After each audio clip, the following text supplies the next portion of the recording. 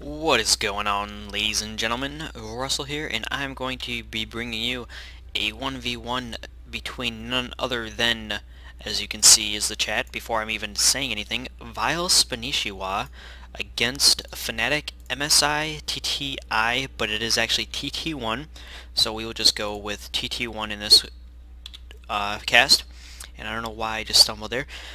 But we have TT1 telling Spanishiwa to go to bed.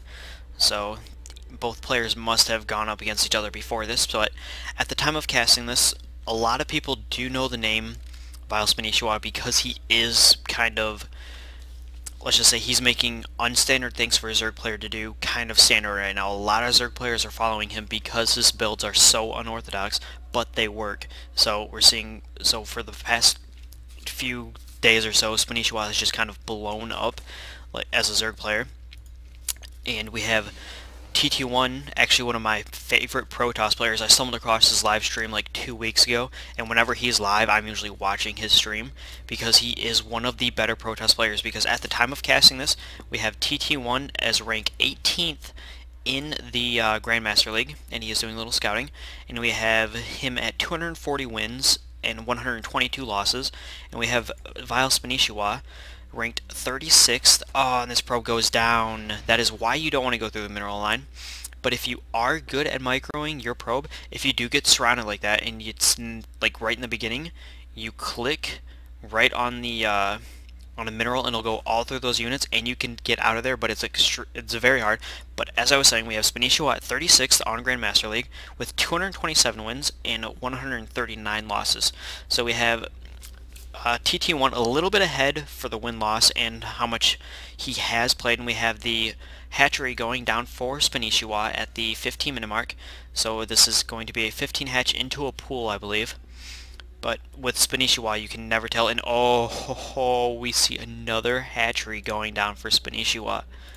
Like I said, seeing so many unorthodox builds from Spanishiwa. And TT1 saying the harass from Procast, it's endless, so which is kind of true. And Spanishiwa abuse. And we do not see, we are just now seeing a forge going down first for TT1, so maybe maybe a little cheese cannon rush, but that's just a guess. That would be weird to see a top tier player like TT1 doing a cannon rush, but it's happened before. I believe there was a game just recently casted by Husky where it was who was it? It was White Raw cheesed player he was going against. So do we see TT1 actually scouting this base here? And now I have it, and yes, TT1 does see that this hatchery is here, so he is aware that Spanishiwa does have a 3 hatch on the way. But because of this fact that he knows that there is 3 hatches here, he knows that Spanishiwa wasted quite a few minerals, and that he does not have it, and that he does now have the spawning pool going down. So if TT1 wants to push out and do some damage here, he might actually be able to pull it off and do quite a bit of damage here if he is able to get out 1 or 2 zealots.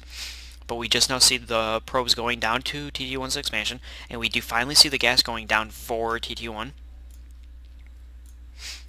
And we do have the gas for Spanishiwa, and he is throwing out an Evo chamber. And he is already researching Ling speed, and we see 8 Lings on the way. This is the reason as to why I believe Spanishiwa has become so popular, because of the builds he does do. With all of these larvae here off the beginning, right off the bat, for all 3 hatcheries, he is able to get a ton of Lings out on the field already. And Spanishiwa just now noticing this is a 3-gate, possibly an early 3-gate push into an expansion. This is a standard build for most Procast players nowadays, to go 3-gate into an early expansion to get that economic boost up there. And TT1 seeing the amount of Lings coming in here now, and they are going to get this round on the Zealot, but the Zealot's coming to back up, but the Zealot is going to go down, and these Zealots are not going to be able to hold this off, and Spanishiwa pulling back, and so is TT1, so a little skirmish here in the beginning, and we see 3 more Zealots streaming down here to help against this Zergling push. But if we look at the unit stat, we have 16 Zerglings against 5 Zealots. So if they're able to get the surround on the Zealots, I'm not sure if these Zealots will be able to hold up against that many Zerglings. But we do see 3 more Zealots on the way with attack +1 on the way, and also we see attack +1 for the Zerglings on the way, and we see 12 more Zerglings on the way with the Baneling Nest. So we are because of the fact that TT1 is going heavy Zealot. Banelings are a very good transition to go into because they do extra damage to light units, which Zealots are light units, but the shields help just a slight bit on Zealots, because if this was a Marine army and like 2 Banelings got in here, those Marines would be dead. But if 2 Banelings got in here against the Zealots, most of them will live, but their shields and their health will be drastically lower. But if we look at the, the units tab, we see that TT1 is much ahead in economy. He's almost 500 minerals per minute higher than vileSpanishiwa. And as a Zerg player, you always want to be ahead in economy, because against a Procast player, and are these, so, no, they do not get around, but the remaining force joining them with the Banelings, so we are going to see these Banelings used, but this is being spotted, so he is seeing all of these Zerglings rush in, and this probe going down. Didn't even stand a chance, and TT1 now seeing these Banelings, one blowing up, not taking anything out with it, and the Banelings, taking out so many units of TT1, a ton of resources lost there, but we are seeing more units lost for vileSpanishiwa, but resources lost. 2 Banelings used to take out 1 Zealot, not very effective Banelings right there. And we have these Zerglings just kind of rushing in here, and this probe kind of going like, oh, what?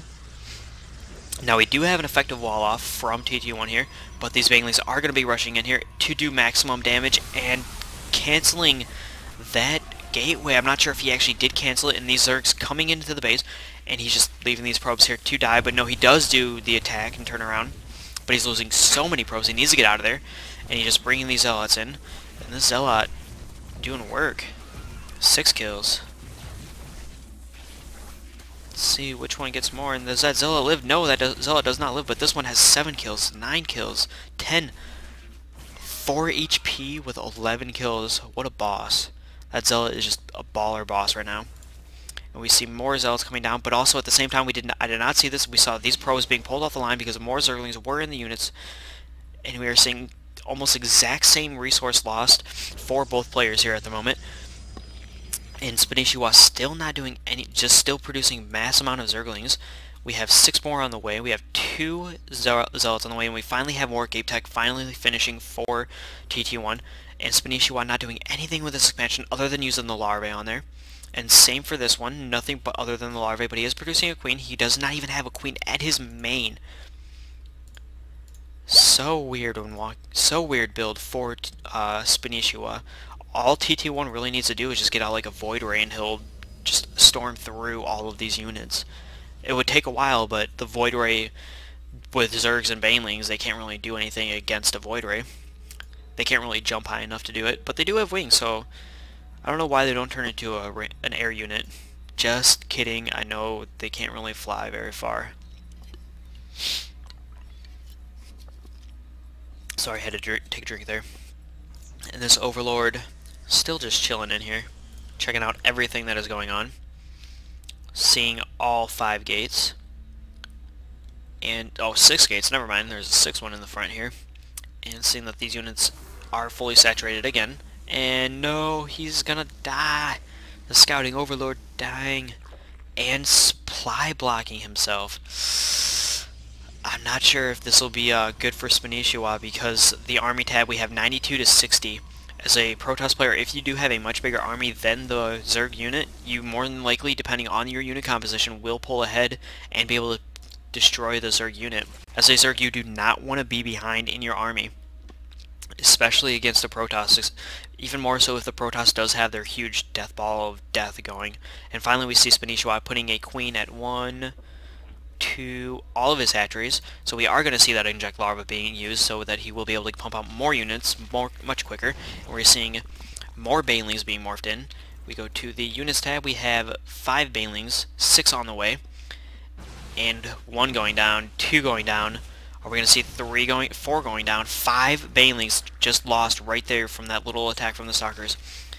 Not sure if vileSpanishiwa will be able to hold this off, because we do see also 6 sentries, all that can do 1, 2, 3, 4, 5, 6, 7, 8, 9, 10, almost 13 force fields to get the surround safely on here so that he does not have to worry about any Baneling bus. And we do see 17 Banelings on the way with 3 queens, and 30 lings. And we do finally see SpanishiWa catching up in the drone to pro count, but he is still behind, and this is not looking good for SpanishiWa. I'm not sure if he'll be able to hold this off. And we do see the cat coming in from commencing, and we are going to see this spine crawler going down, but the banelings are to the side, and the zings and perfect micro on the force fields, losing almost every single baneling there and taking out almost no units. Beautiful force fields here, not even able to getting all those choke points, and SpanishiWa saying the GG. Extremely useful force fields here, getting the surround so that these banelings cannot come in and rush here and do any damage to the shields, and making the zerglings be going into a choke point. So we're seeing TT1 using extremely good play here with these force fields, building up these sentries just enough to have this amount of force fields, because he does know that banelings are on the field, and using force fields does negate a lot of the banelings as long as he does have ranged units to attack those banelings and blow them up before they can even do anything. And my eye itched, so I had to do that. But we're also seeing some very weird but good play here from SpanishiWa, going for a 3 hatch, going for a 15 hatch times 2. So we do see some very good play from both players here. And TT1 doing the 3 gate expand. So TT1 going for a more standard type opening build, while SpanishiWa going for an extremely weird 2 hatch at 15 mark opening build. But it did work out for him for a little bit, but he kept pushing and not transitioning out of the Ling's Baneling. So that was his downfall there, not transitioning out of the Ling Baneling into something else like some Roaches or Mutas, or not really Mutas, but Hydralisks, because Hydralisks, like I've said before, do so much DPS against gateway units as long as they are up in your face doing damage. So great play from both players. And actually, like I said, both players, my top 2 favorite players for Zerg and Procast. So I hope you guys like this. If you liked it, don't forget to thumbs up. Don't forget to comment. Leave a comment in the comment section below telling me if I did okay, what I did wrong. Just, leave me some feedback, because as I've always said, even negative feedback is good feedback. And if you're not subscribed, don't forget to subscribe, and I'll see you guys on the flip side.